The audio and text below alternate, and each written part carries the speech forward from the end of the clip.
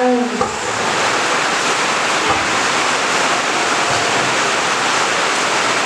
Samuel 3, le verset 1 à 11. 1 Samuel 3, verset 1 à 11. Et je lis la parole du Seigneur. Le jeune Samuel était au service de l'Éternel devant Élie. La parole de l'Éternel était rare en ce temps-là. Les visions n'étaient pas fréquentes. En ce même temps, Élie commençait à avoir les yeux troubles et ne pouvait plus voir était couché à sa place. La lampe de Dieu n'était pas encore éteinte et Samuel était couché dans le temple de l'Éternel où était l'arche de Dieu. Alors l'Éternel appela Samuel. Il répondit, me voici.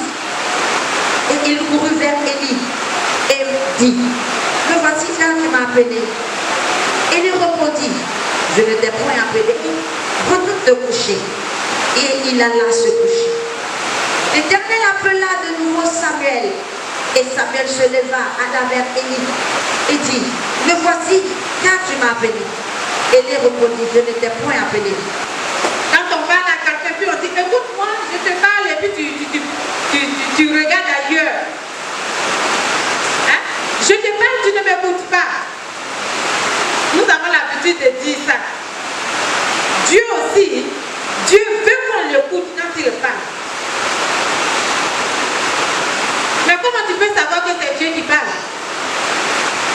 Amen. Et Samuel, la Bible nous parle de Samuel. Il était jeune, nous connaissons tous l'histoire de Samuel. Anne n'avait pas d'enfant. Et la promesse qu'elle avait faite à Dieu, c'était d'offrir, de donner son premier-né, l'enfant qu'elle portait, c'était un homme, un garçon, qui devait être au service de l'Éternel. Donc Samuel, très jeune, a été dans le temple, au service de Dieu, avec son prophète, son sacrificateur, Élie. Il ne connaissait pas encore la voix de Dieu. Donc une nuit, voici que, étant couché, il attend Samuel, quelqu'un l'appelait. Alors il s'est levé et il est auprès d'Élie, son maître, pour lui dire, ah, me voici. Élie dit, non, je ne t'ai pas appelé. Et puis, pour une deuxième fois encore, la même voix, il a entendu. Il s'est dirigé là-bas. Élie dit, non, que je ne t'ai pas appelé. Il va te coucher. Jusqu'à 3 fois. Et c'est maintenant Élie va se dire que, ah, c'est que c'est Dieu qui l'appelle. Parce que ce n'est pas moi qui l'appelle. Donc, il lui donne les instructions. Pour lui dire que quand tu vas partir te coucher, et que tu vas entendre encore ton nom, quelqu'un t'appeler, il faut dire, Seigneur, me voici, parle. Alléluia. Quand nous ne connaissons pas la voix de Dieu, quand nous ne connaissons pas la parole, il faut qu'on nous dise ce que c'est que la parole de Dieu. Alors Samuel étant parti, effectivement Dieu est revenu parce qu'il voulait lui laisser un message. Et puis Samuel s'est disposé parce que son maître lui a dit que si tu entendais quelqu'un t'appeler, c'est Dieu. Alors dis-lui que tu es là, que tu es là. Et c'est comme ça qu'il a dit. Et la Bible dit que cette nuit-là, Dieu a révélé, comme lui-même il a dit que il allait dire quelque chose qui allait étourdir tous ceux qui allaient l'entendre. Cela a été fait, bien aimé. Voici comment Samuel a grandi au service de Dieu. On ne dort pas, la parole ne fait que juste commencer. On ne dort pas.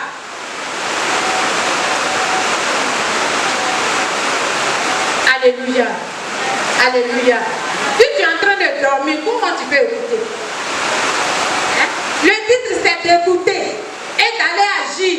Quand tu es en train de dormir, tu vas écouter quoi? Alléluia. Écoutons effectivement Dieu pour que nous allions pour agir. Donc c'est ainsi que Samuel a grandi. Bien aimé. Et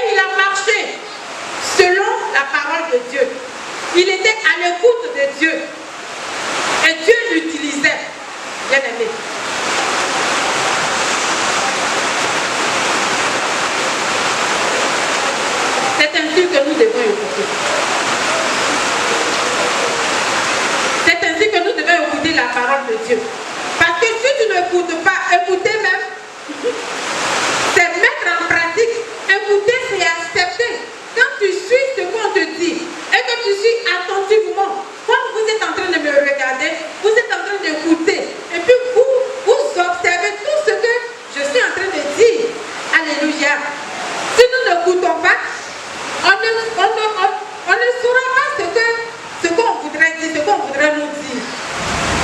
Et Dieu, il est très très pointillé là-dessus. Quand tu n'écoutes pas la parole de Dieu, Samuel était dans le temps, comme nous sommes là ce matin, et que nous venons tous les jours dans le temple, et on nous parle. On nous parle de la part de Dieu. Mais nous n'écoutons pas. Nous n'écoutons pas parce que nous ne mettons pas en pratique. Quand tu as parlé à quelqu'un, qu'il t'a écouté et qu'il fait ce que tu as dit, c'est parce qu'il t'a écouté. Mais quand tu parles et que la personne dit qu'elle est en train d'écouter et qu'elle ne fait pas ce qu'elle a écouté, c'est qu'en réalité, elle n'a rien compris, elle ne t'a pas écouté. Ou bien elle n'aime pas ta parole. Mais Dieu voudrait que nous puissions aimer la parole de Dieu. Nous puissions l'aimer et nous puissions la garder. Nous puissions la mettre en pratique. C'est pourquoi il pouvait dire dans Jacques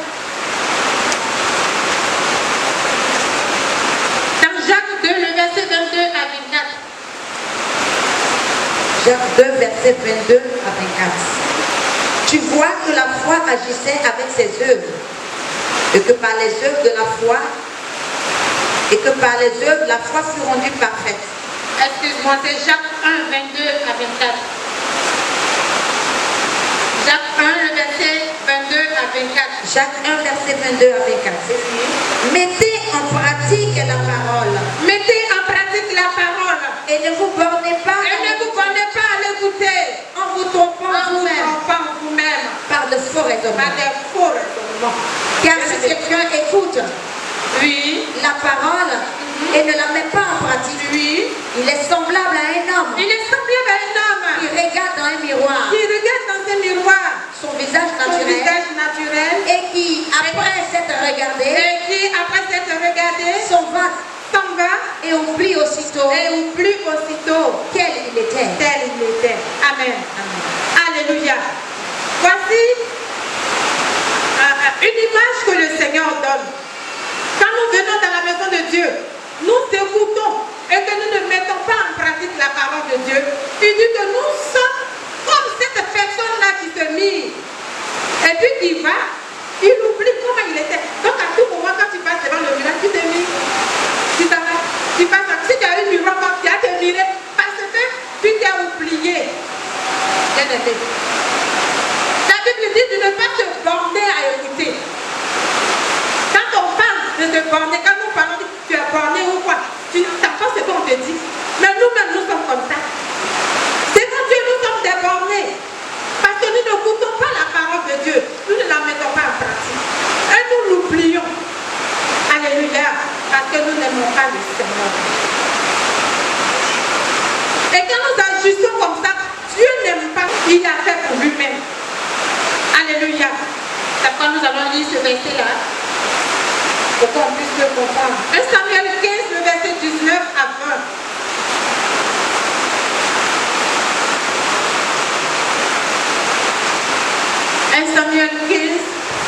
Samuel 15, verset 19 à 20. oui. Pourquoi n'as-tu pas écouté la voix de l'Éternel? La voix de l'Éternel. Pourquoi t'es-tu jeté sur le butin? Et as-tu fait ce qui est mal aux yeux de l'Éternel? Alléluia. Pourquoi n'as-tu pas écouté la voix de l'Éternel, bien-aimé? Pourquoi n'écoutons-nous pas la voix de l'Éternel? Dieu nous parle. Dieu te parle. Mais tu n'écoutes pas. Tu préfères faire pour toi-même. Bien-aimé. Pourquoi est-ce que nous n'écoutons pas Dieu dire? Pourquoi est-ce que nous n'écoutons pas sa voix? Pourquoi est-ce que nous n'écoutons pas? C'est la question que Dieu pose. Parce qu'il nous parle, il prend le temps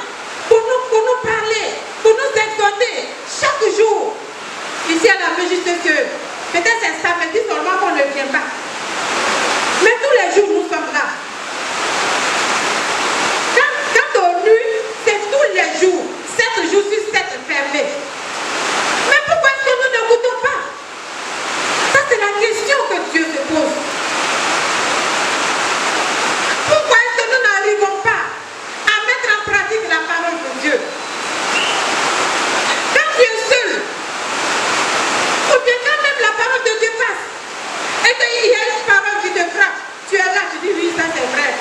Ça c'est vrai, je vais le faire. Mais quand tu sors, tu as oublié la décision que tu viens de prendre. Quand bien même qu'on nous interpelle et qu'on se lève, on vient devant, on prie pour nous. Quand on sort, on oublie. Pourquoi? Bien-aimé. Et le frère de Dieu est écœuré. Il dit, mais pourquoi? Pourquoi est-ce que tu ne mets pas en pratique, bien-aimé? C'est aussi difficile que ça. Il a dit à Saül, va et vous à l'interdit, à Gad. Les bœufs, toutes les femmes et tout ceci. Mais lui, il a préféré. C'est pour lui là qu'il a écouté. Il a rejeté pour Dieu la parole de l'Éternel qui est passée et qu'il dit qu'il a écouté. Il a mis ça de côté. Et arrivé sur les lieux, quand pour lui-même a sonné, quand pour lui-même a dit, ouh, mais ces jolis bœufs là, ça c'est bien grave. Son père dit oui, il faut écouter ça. Et Dieu est peiné.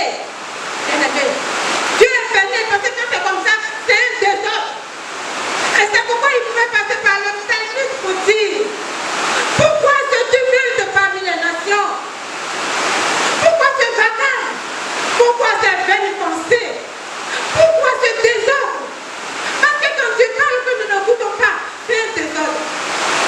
Ce qui te dit de faire, quand tu ne fais pas, alors tu es dans le désordre. Et le Seigneur est peiné. Ce matin, il nous demande pourquoi est-ce que nous n'arrivons pas à mettre en pratique sa parole. Bien-aimé. Et quand nous agissons ainsi, le Seigneur ne s'occupe plus de nous. Il nous rejette. Parce que nous rejetons sa parole. Ce que lui, il te dit, tu ne mets pas en pratique. Et tu veux que c'est pour toi qu'il écoute. Qui va écouter qui? Pose-toi la question, bien-aimé. Qui va écouter qui?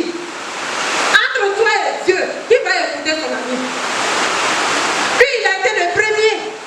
Parce que c'est lui qui est venu vers nous. Donc, il a été le premier. Toi, tu n'écoutes pas. Et tu veux que ce soit lui qui t'écoute.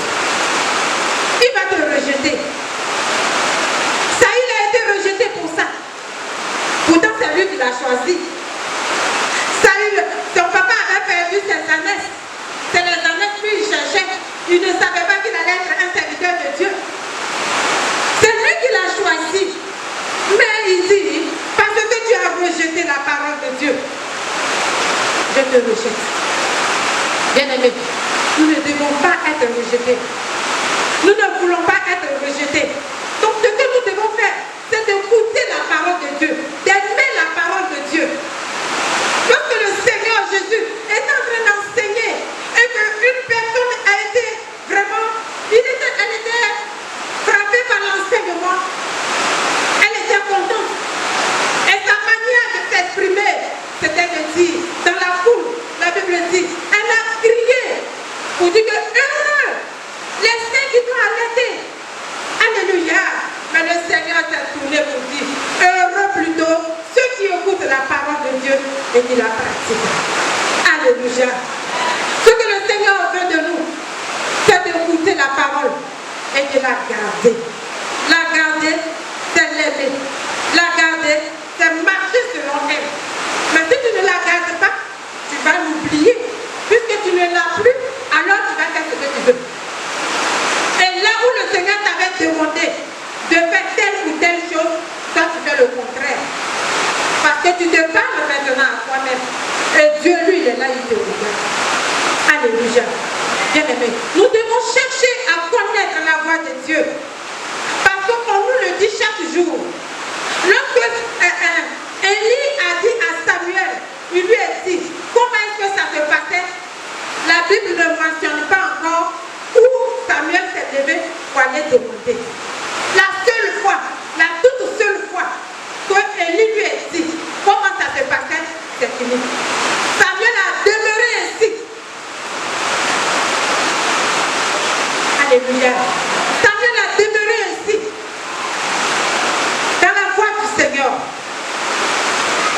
Certainement, nous, on veut aussi que Dieu nous parle comme ça. On voudrait que Dieu nous appelle. On voudrait que Dieu nous dise non, ne fais pas ci, ne fais pas ça.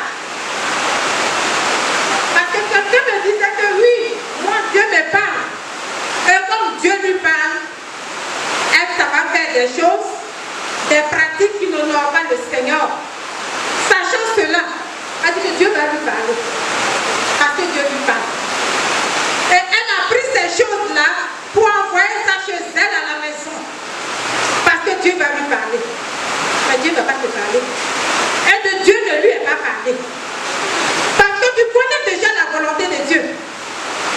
Et si toi-même tu allais te mettre devant des pratiques que tu les as récupérées, et puis tu t'arranges chez toi, pour que maintenant Dieu vienne te dire, ma fille, ne prends pas ça. C'est que tu as envoyé là, faut jeter. Dieu, il n'a même pas fait. Et il n'a pas fait. Comme il n'a pas fait, elle dit que Dieu lui parle. Elle attend qu'il lui parle. Elle a utilisé ces choses-là. C'était des bêtes, des pratiques. Elle a utilisé. Dieu n'a rien dit. Elle s'est lavée, Dieu n'a rien dit. Elle a mis dans l'eau. Elle s'est lavée, Dieu n'a rien dit. Il a regardé. Moi, je t'ai déjà parlé. Si tu n'as pas écouté, que tu as écouté ton cœur, qu'est-ce que je vais te dire encore? Donc Dieu n'a rien dit. Et la nuit, ça a chauffé pour elle. Alléluia. Quand on n'écoute pas Dieu, Dieu il te laisse même, il te rejette. Tu vas beau crier. À qui tu cries? Quand lui il te crie, il crie. Et puis il te parle, tu n'écoutes pas. Donc toi aussi tu vas crier, il ne va pas écouter. C'est là qui paie. Alléluia. Nous allons lire notre dernier passage dans Luc 11, verset 29.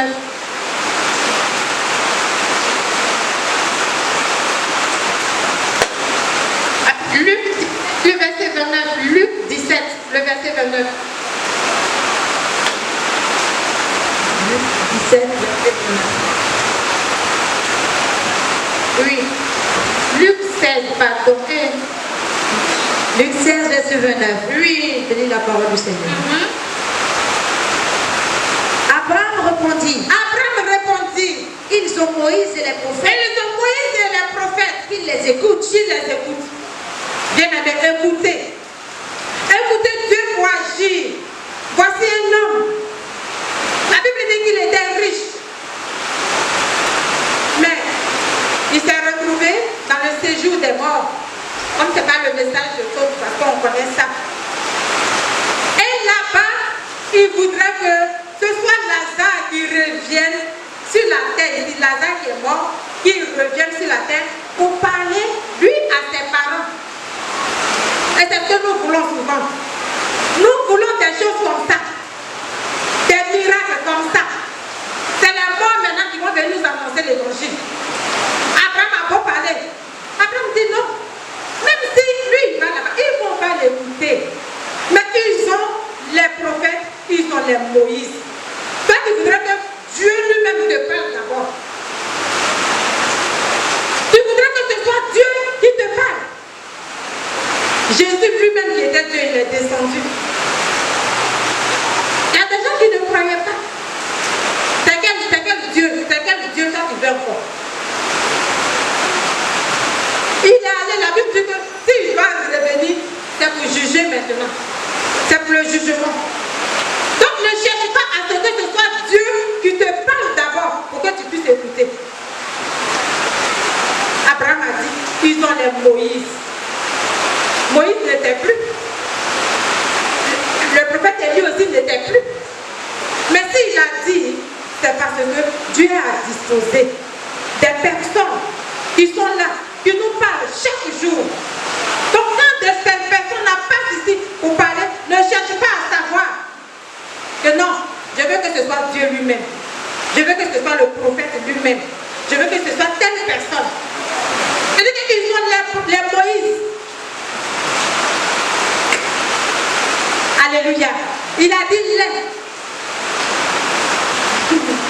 Il a dit les Moïse et les prophètes. Donc ne trie pas. Quand tu écoutes la voix du Seigneur, ne trie pas. On ne trie pas pour ce qu'on attend. Il vient de Dieu. Parce que Dieu lui-même, il parlait avant. Il parle encore. Parce que toi-même, il te parle. Il te parle. Mais tu préfères faire pour toi. Alléluia. Ça fait peur. Parce que c'est la fureur de Dieu. Donc c'est pas encore la fureur. Alléluia. Que Dieu nous bénisse. Donc, je suis en train de dire que il dit qu'il y a les Moïse. Parce que ce que Moïse a fait, ce que Élie a fait, ce que les prophètes ont fait en leur temps, ils ne sont plus. Mais jusqu'aujourd'hui, Abraham dit, ils sont ceux-là là-bas qui les écoutent. Donc, si vous n'écoutez pas, lorsque chaque serviteur ou bien chaque servante passe ici, lorsque son serviteur passe ici, bien aimé, tu vas aller t'asseoir, Dieu va plus te parler. Alléluia. Parce que la parole là, c'est celle-là que nous utilisons. Et c'est la parole de Dieu qui est en train d'être annoncée. Et puis tu ne l'écoutes pas, tu veux que ce soit telle personne. Quand c'est comme ça ne peut pas marcher. Alléluia. Donc aimons la parole de Dieu. Aimer la parole, c'est l'écouter. Quand la parole passe, ça nous fait du bien. On écoute et puis on garde cela. Alléluia. On garde cette parole-là pour que nous puissions vraiment aller de l'avant. Pour que le Seigneur puisse toujours être avec nous. Pour ne pas qu'il puisse nous rejeter. Parce que si nous rejetons sa parole, lui aussi il va nous rejeter. Et pour conclure, c'est pourquoi il voulait dire dans Jean 17, heureux nous sommes, je vais paraphraser. Si nous savons ces choses et que nous les pratiquons, nous serons heureux. Donc pour être heureux dans la vie chrétienne, pour être heureux dans la maison de Dieu, c'est d'écouter et puis de mettre en pratique. Que Dieu nous bénisse.